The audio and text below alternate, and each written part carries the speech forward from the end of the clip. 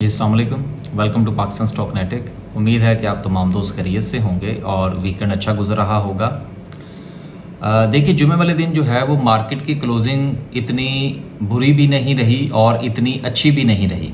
सिर्फ मार्केट ने जो है वो 117 पॉइंट्स डाले हैं और आज जो है वो फेस टू फेस वीडियो बनाने का भी एक मकसद था और वो ये था कि मार्केट के अंदर कुछ टेक्निकली कुछ चीज़ें ऐसी थी नहीं जिनको हम चार्ट्स के ऊपर बयान कर सकें, लेकिन हुकूमत के कुछ इक़दामात जो उठाए गए गुज़िश्ता दिनों, उनकी वजह से मार्केट के ऊपर कुछ ख़ास असर नहीं हुआ। इस पर थोड़ा बात करना चाह रहा था मैं।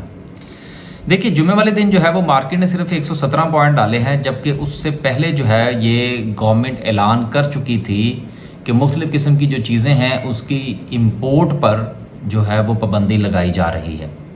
होना तो ये चाहिए था कि मार्केट के अंदर हमें बहुत अच्छा जो है वो बाउंस बैक नज़र आता, लेकिन ऐसा नहीं हुआ। आखिर इसकी क्या वजह है?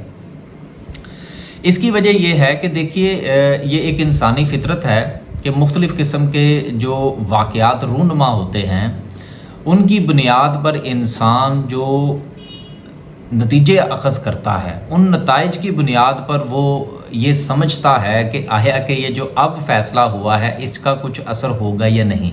शायद मैं कुछ ज़्यादा घुमा फिरा गया हूँ सर। सादा अल्फाज में बात करने का मकसद ये है कि सरमायाकारों को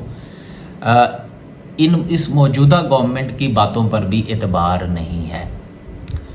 शुरू में जिस दिन ये गवर्नमेंट आई थी उस दिन 1500 पॉइंट्स मार्केट ऊपर गई थी। तमाम लोगों का ये ख्याल था कि अब जो फ़ैसले हैं वो जल्दी होंगे, बर वक्त होंगे, अच्छे फ़ैसले होंगे, तो शायद मार्केट की सूरत हाल बेहतर हो जाएगी, लेकिन ऐसा नहीं हुआ। ये गवर्नमेंट भी जो है ये पिछली गवर्नमेंट की तरह बहुत सारी इफ़ और बट्स के अंदर फंस चुकी है। अब देखिए, इन्होंने खाने पीने वाली जो चीज़ें हैं उसके ऊपर पाबंदी लगाई, तो होना तो ये चाहिए था कि फूड सेक्टर जो है वो हमारा बाउंस बैक करता। लेकिन अगर हम फूड सेक्टर का जायज़ा लें ज़रा 2 मिनट लगा के, तो हमें कुछ थोड़ा सा समझने में आसानी होगी कि फ़ूड सेक्टर में क्या हुआ। फूड सेक्टर में भी चीज़ें कुछ थोड़ा हमें ग्रीन तो नज़र आईं, लेकिन कोई अपर लॉक्स लगने चाहिए थे, कुछ गहमा गहमी होनी चाहिए थी। ऐसा नहीं हुआ। इसका मतलब ये हुआ कि चीज़ें जो है वो अभी भी कुछ ग्रे एरियाज़ के अंदर हैं। बहुत सारी चीज़ें ऐसी हैं जो अभी अनक्लियर हैं। एक चीज़। दूसरी चीज़ ये है कि इस गवर्नमेंट ने ये जो मैं मोटी मोटी जो चीज़ें हैं वो मैं डिस्कस करना चाह रहा हूँ। दूसरा जो था वो ये था जी कि गाड़ियों की इंपोर्ट्स के ऊपर जो है वो पाबंदी लगाई जा रही है। अगर आप गाड़ियों की इंपोर्ट्स के ऊपर पाबंदी लगाते हैं तो होना तो ये चाहिए था कि हमारी जो लोकल असेंबलर गाड़ियाँ हैं उनके अंदर अपर लॉक्स लगने चाहिए थे, लेकिन ऐसा भी नहीं हुआ।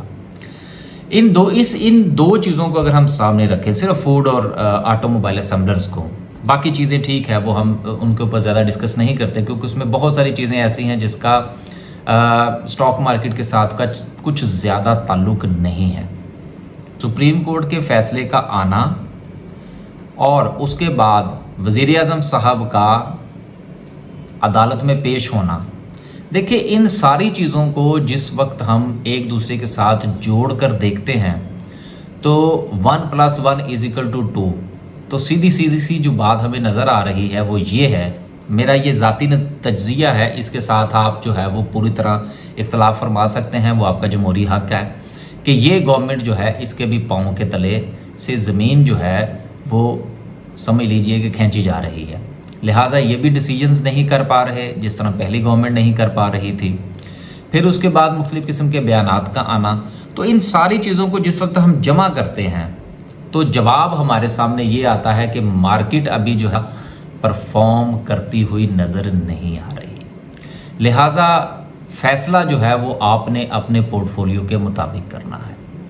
हम जो जहाँ तक हो सकता है दोस्तों को वीडियो के ज़रिए से हम इन चीज़ों को जो है वो आपके साथ भी शेयर करते रहते हैं। आप अपने पोर्टफोलियो के मुताबिक अपना फ़ैसला फरमाइए। लेकिन एक चीज़ और है, और वो चीज़ ये है कि अगर आप, हालांकि मैं ज़ाती तौर पर जो है वो लॉन्ग टर्म पोजीशन लेने के हक़ में नहीं होता, लेकिन इस वक्त जो सूरत हाल है इनमें चंद शेयर्स जो है उनको आप उनके ऊपर गौर फरमाइए, उसको अच्छे तरीके से एनालाइज़ कीजिए और उनकी आहिस्ता आहिस्ता बाइंग शुरू कीजिए। अब ये जो आहिस्ता आहिस्ता बाइंग है, इससे क्या मुराद है? इससे मुराद ये है कि अभी एकदम से आपने बाइंग नहीं करनी। अगर आप करना चाहते हैं तो उसको 5% से शुरू कीजिए और देन उसमें पोर्टफोलियो को बिल्डअप कीजिए, जो कि आने वाले दिनों में बहुत अच्छा परफॉर्म कर सकते हैं। अल्लाह हाफ़िज़।